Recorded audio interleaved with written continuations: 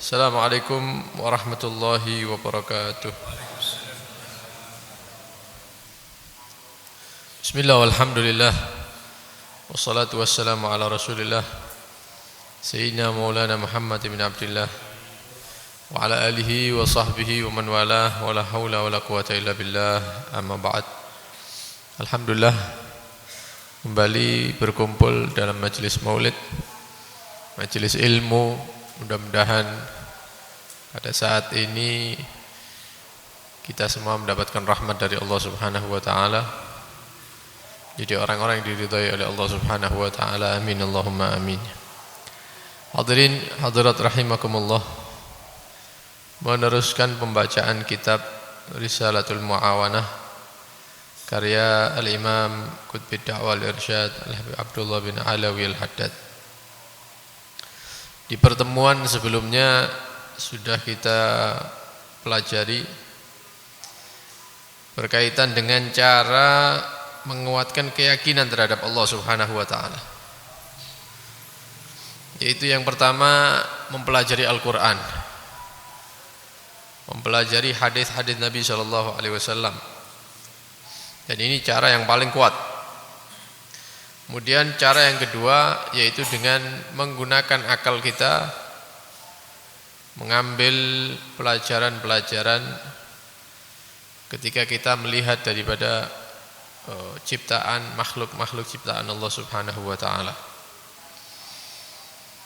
Yang terakhir, yang ketiga, yaitu selalu berusaha beramal sesuai dengan apa yang digariskan oleh Allah Subhanahu wa taala dan diajarkan oleh Nabi Muhammad sallallahu alaihi wasallam. Maka dengan tiga cara ini manusia itu bisa memperkuat keyakinannya yang ada di dalam hati, memperkuat imannya terhadap Allah Subhanahu wa taala. Jika ada yang bertanya, kalau keyakinan seseorang itu bertambah, keyakinannya itu semakin kuat, apa manfaatnya? Faedahnya apa bagi dia? Maka beliau mengatakan, wa min thamaratil yaqini asyukunu ila wa'dillah. Termasuk daripada manfaat, faedahnya orang itu memiliki keyakinan yang kuat. Pertama, asyukun ila wa'dillah. Kalau ada janji-janji Allah, maka orang yang memiliki keyakinan yang kuat itu hatinya itu yakin, mantap begitu. Allah menjanjikan misalnya barang siapa yang melakukan ini, barang siapa misalnya yang menginfakkan hartanya di jalan Allah, maka nanti ketika berjumpa dengan Allah Subhanahu wa taala akan diberikan ganti yang lebih besar, yang lebih mulia daripada balasan Allah Subhanahu wa taala. Ini ada dua manusia. Ini janjinya Allah. Ada dua manusia. Ada orang yang karena keyakinan dalam hati kuat, akhirnya dia menginfakkan hartanya,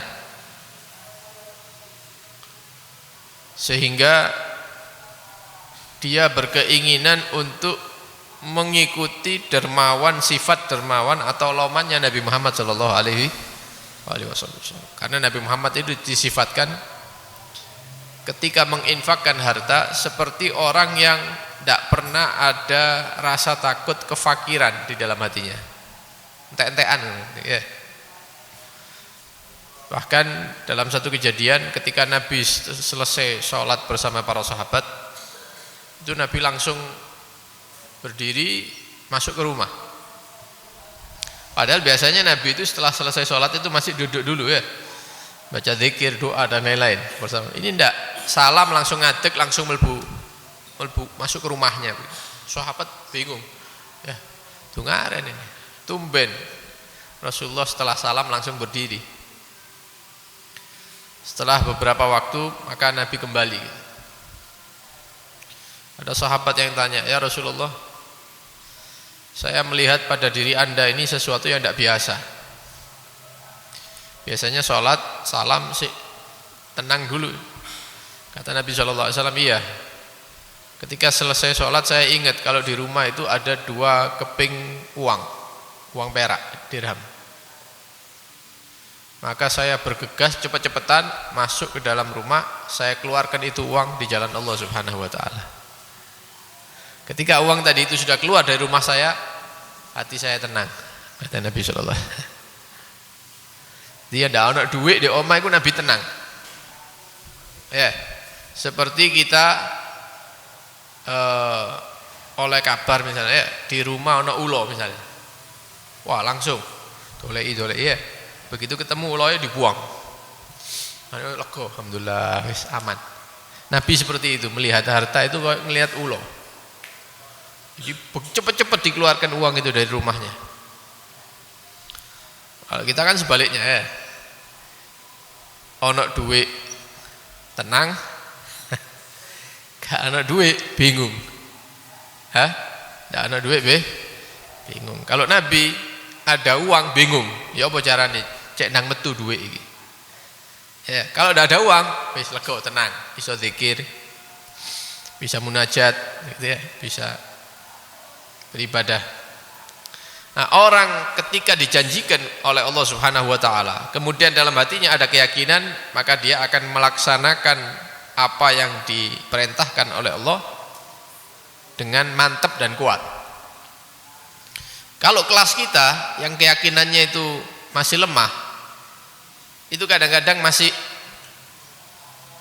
perhitungan begitu ya, temen dah. Iki masalahnya ndak ono duit mana iki. Ya. Nek tak kekno mari ngono meneh butuh ya apa. Nah, ini akhirnya dengan janji Allah dia apa? Mikir masih. Ya, masih mikir. Ini menandakan bahwa keyakinan dalam hati kita ini masih lemah. Ya memang seperti itu ya. Wathiqa bidhamanillah. Yang kedua, orang yang keyakinannya kuat itu dia yakin bahwa rizkinya dia sudah dijamin oleh Allah. Tak mungkin saya tak makan, tak mungkin saya tak dapat rizki. Nah kok ruwet urip iki? Ya, ruwet Ustaz, ruwet urip iki. Kenapa? Ya karena keinginan kita terlalu tinggi. Terlalu banyak apa? Mimpi. Wis duwe sepeda motor, kepingin sing metonan anyar gitu kan ya. Padahal wis cukup sepeda motor. Wis duwe omah, delok tanggane renovasi, kepingin renovasi kan begitu. Coba kita ndak mengarah ke situ, insya Allah ndak sumpek, ndak bingung. Kepingin sesuatu yang di atas kemampuan kita.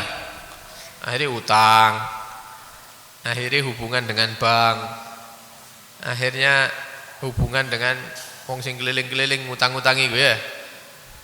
Itu kenapa? Ya itu tadi. Menuntut sesuatu yang di atas kemampuan.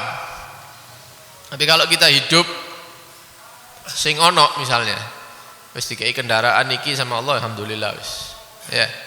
Engko lek ono rezeki lebih baru, lek sekarang wis sudah dikasih rumah sama Allah, bisa makan, anak bisa sekolah, istri bisa belanja, alhamdulillah.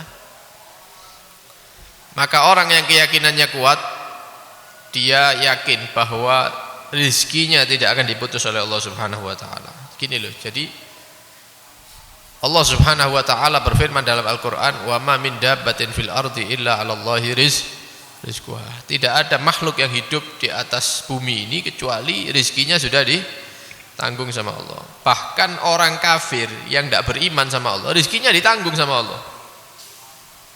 Orang yang munafik itu rizkinya ditanggung sama Allah.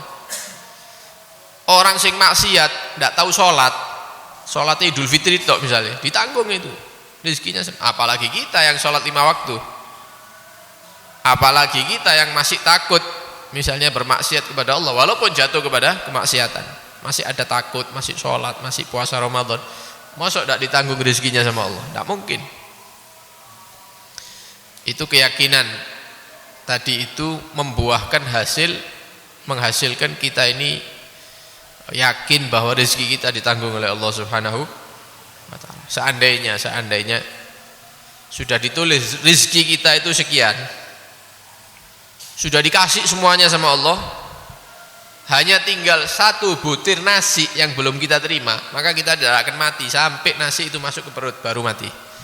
Maka itu rezeki terakhir bagi kita. Jadi sudah ditulis. Ya.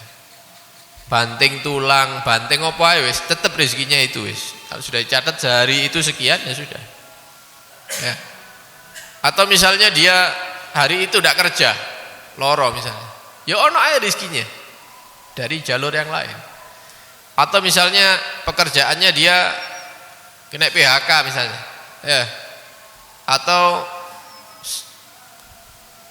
berhenti bekerja, atau kontraknya habis misalnya. Secara akal tidak mangan, secara akal. Tapi bukan itu. Ya ada saja rezeki yang sampai kepada dia dengan cara-caranya Allah Subhanahu Wa Taala. Kemudian daripada buahnya keyakinan ini, manfaat faedahnya keyakinan ini, iqbal bikun himma Allah. Kalau sudah yakinnya kuat, jalannya dia untuk mencari ridhonya Allah itu lurus kenceng, tidak menggok-menggok. Ya, tidak menggok, lurus terus sudah. Tidak noleh ke kanan, tidak noleh ke kiri, tidak terpengaruh dengan apapun. Hal-hal yang bisa menyibukkan dia, hubungan dia dengan Allah, dia pinggirkan. Adzan Isya misalnya, kemudian dia mau berangkat ke masjid, ini urusan dia dengan Allah.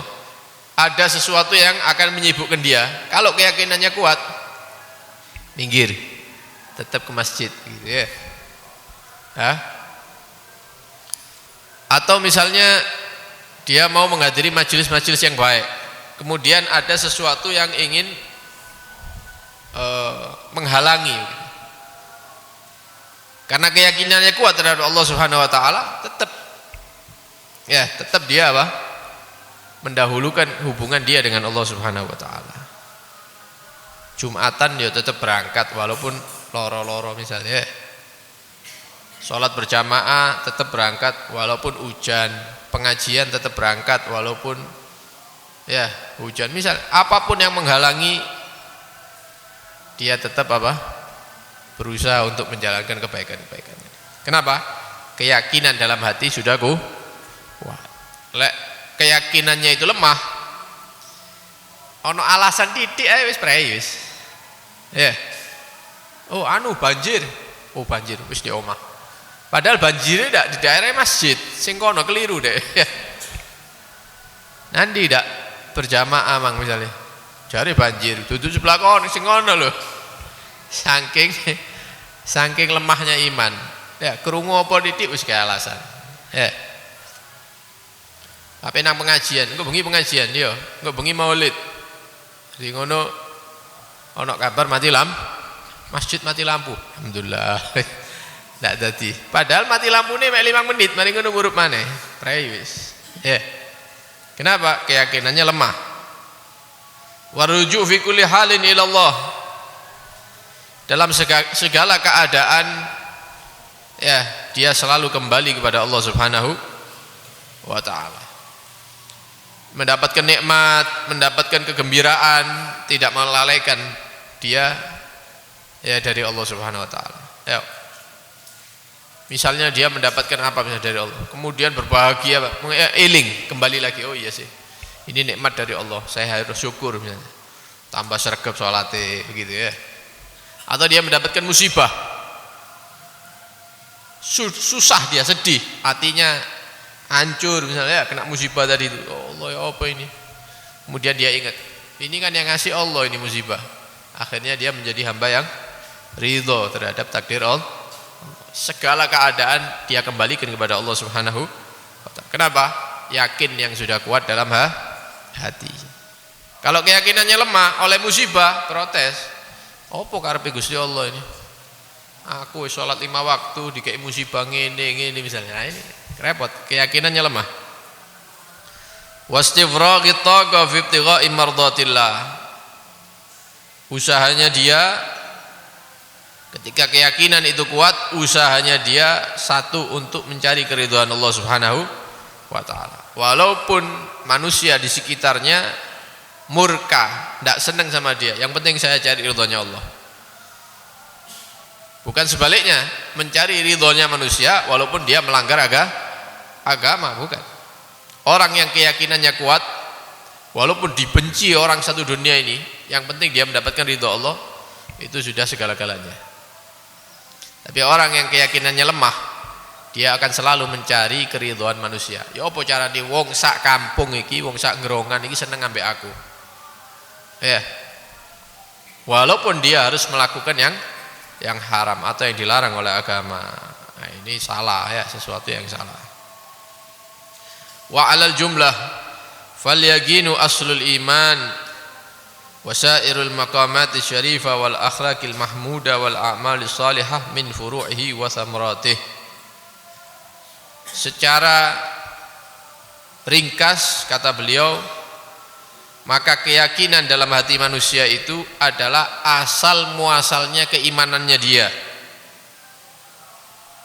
dan kedudukan yang mulia di sisi Allah Subhanahu wa ta'ala itu adalah cabang-cabang daripada keyakinan, cabang daripada kuatnya ya yakin. Begitu juga akhlak-akhlak, perangai-perangai yang terpuji, yang baik, itu adalah cabangnya keyakinannya, kuatnya keyakinan seseorang. Amal-amal soleh yang muncul dari manusia ini juga cabang daripada keyakinan yang kuat. Kalau sudah yakin, kekuatannya itu yakin dalam hati itu semakin kuat, maka dia akan semakin tinggi kedudukannya di sisi Allah. Seperti makomnya para nabi dan para rasul itu tertinggi sudah. Kenapa? Karena paling kuatnya yakin ya keyakinannya mereka. Akhlak-akhlak yang baik itu muncul dari mana? Ya dari kuatnya yakin seseorang. Kemudian amal-amal soleh itu bisa dilaksanakan juga dari kuatnya keyakinannya manusia. Berarti akhlak kita, amal kita itu tergantung kepada keyakinan kita ini. Seberapa kuat. Lek kuat, maka amalannya semakin banyak, akhlaknya semakin bagus. Tapi kalau keyakinan ini lemah, maka amal itu akan menurun, akhlak akan semakin bobrok, semakin rusak. Kita di waktu kemarin misalnya, atau beberapa hari yang lalu, kita melakukan maksiat, ya, melanggar agama Allah. Maka ketika kita melakukan maksiat itu, akhlak kita jatuh, ya, dari pandangan Allah. Wis, iki hari ini orang jelek ini. Kenapa? Melakukan yang haram. Kemudian ketika dia sudah melakukan maksiat, kerungu adzan zuhur dia, itu malas mau ke masjid. Kenapa? Karena dia sudah apa? Melanggar di hari itu. Sekali asar senang masjid. Asalnya dari mana? Sebelumnya dia melanggar agama Allah, dia melakukan satu yang haram. Salat asar yang ngono pisan, ndak wis nang masjid wis. Mari ngono di masjid ana pengajian wis gak teko wis. Kenapa? Isin aku ketemu ustaz mari maksiat aku, gak wis. Akhirnya tambah ndak karuan. Lah dia akhlaknya bagus, juga amal solehnya tidak ada, turun semuanya. Apa penyebabnya ini? Lemahnya keyakinan seseorang. Wis mudun, wis rusak akhlaknya, ibadahnya juga kosong ya. Jadi amal dan akhlak mengikuti yakin yang ada dalam hati manusia ini. Ya. Akhlak dan amal itu bisa sakit, seperti yang kita gambarkan tadi ya. Sakit itu, orang sakit itu. Lek wis ndak salat berjamaah, ya, meninggalkan majlis-majlis yang baik, semakin jauh dari Allah, melakukan maksiat, ini berarti orang sakit ini. Kenapa? Karena keyakinannya sakit, sedang sakit. Tapi kalau keyakinannya sehat, maka akhlaknya akan menjadi akhlak yang bagus, yang sehat, ya, amalnya juga sehat. Kalau Luqman alaihissalam, Luqmanil Hakim pernah berkata, beliau ini dikenal sebagai ahli hikmah gitu ya. Beliau pernah berkata, la yustata'ul amal illa bil yakin. Amal-amal yang istiqomah, amal-amal yang banyak, amal-amal yang berat, itu tidak akan diamalkan oleh manusia kecuali manusia-manusia yang memiliki keyakinan dalam hatinya. Istiqomah sholat sunnah, istiqomah maca Quran, istiqomah zikir, itu tidak mungkin orang bisa melakukan kecuali keyakinan yang ada dalam hatinya itu bagus. Kalau tidak mungkin dia berhasil melakukan itu. Apalagi sholat malam. Ya. Wala ya'malul abdu illa biqadri yakini.